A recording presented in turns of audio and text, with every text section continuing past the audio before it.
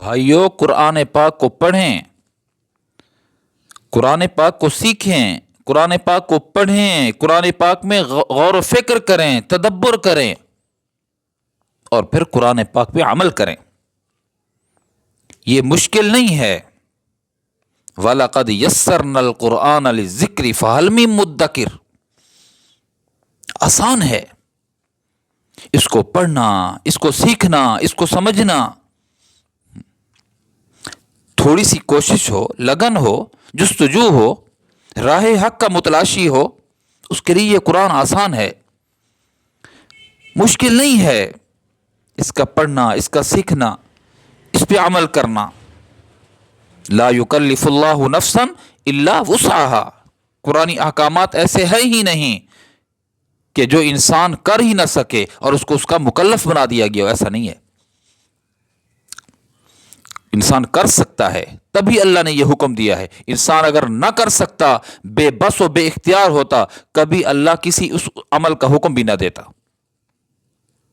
قرآن احکامات آسان ہیں میرے پیارے، اور ہماری بھلائی اور فائدے کے لیے ہیں، لیکن مسئلہ یہ ہے کہ قرآن کو نہ ہم نے دیکھا، نہ قرآن پاک میں غور و فکر کیا، بلکہ نہ قرآن پاک کو سیکھا، نہ قرآن پاک کو ہم نے پڑھا، نہ قرآن پاک میں ہم نے تدبر کیا، نہ ہی قرآن تعلیمات پہ ہم نے عمل کیا۔ قیامت کے دن کیا ہوگا؟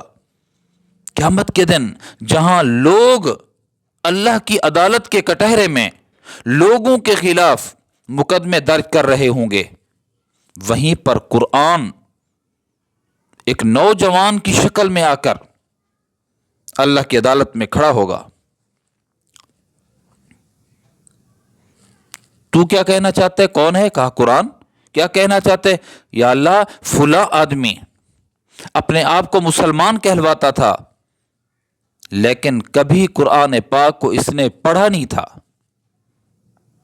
یہ اخبار پڑھتا تھا، یہ ٹی وی دیکھتا تھا، یہ ڈائجسٹ دیکھتا تھا، یہ سوشل میڈیا کو دیکھتا تھا، ان خبروں پہ یقین رکھتا تھا، اس کی نشر و اشاعت کرتا تھا، لیکن مجھے نہ دیکھتا تھا، نہ مجھے یقین میرے اوپر یقین رکھتا تھا، نہ میری تعلیمات کی نشر و اشاعت کرتا تھا، نہ اس پہ عمل پیرا ہوتا تھا۔ ملکی قوانین کو فالو کرتا تھا، لیکن جو تیرے احکامات تھے ان سے سرم و انحراف کرتا تھا۔ کیا خیال ہے؟ اللہ رب العزت جب اس قرآن کا دعویٰ سنیں گے، حجت سنیں گے، تو اس کے حق میں فیصلہ نہیں کریں گے، اپنے کلام کے حق میں۔ کیا ہوگا؟ یہ قرآن پاک الماری میں بند پڑا ہوا ہے، بند رکھا ہوا ہے۔ قرآن پاک کو ہم اٹھاتے نہیں ہیں، قرآن پاک کو دیکھتے نہیں ہیں۔ محض برکت کے لیے رکھا ہوا ہے کسی نے، محض برکت کے لیے۔ میرے دوستو، قرآن پاک کا رکھنا برکت سے خالی نہیں ہے۔ قرآن پاک کا رکھنا برکت سے خالی نہیں۔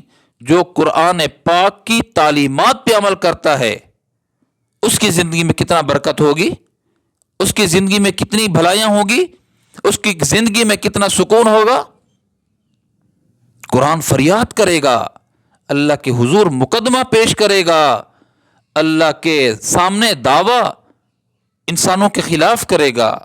قرآن کو پڑھیے، قرآن پاک کو سیکھیے، قرآن پاک کو پڑھیے، قرآن پاک میں تدبر کیجیے، اور قرآنی احکامات پہ نبی کریم صلی اللہ علیہ وسلم کے طریقے کے مطابق زندگی اپنی ڈھالیے اور گزاریے، تاکہ جب کل قیامت کے دن ایسا نہ ہو کہ یہ عدالت میں کھڑا ہو اور ہمارے خلاف دعویٰ دائر کیا ہوا ہو، پھر ہمارا کوئی پرسان حال نہیں ہوگا۔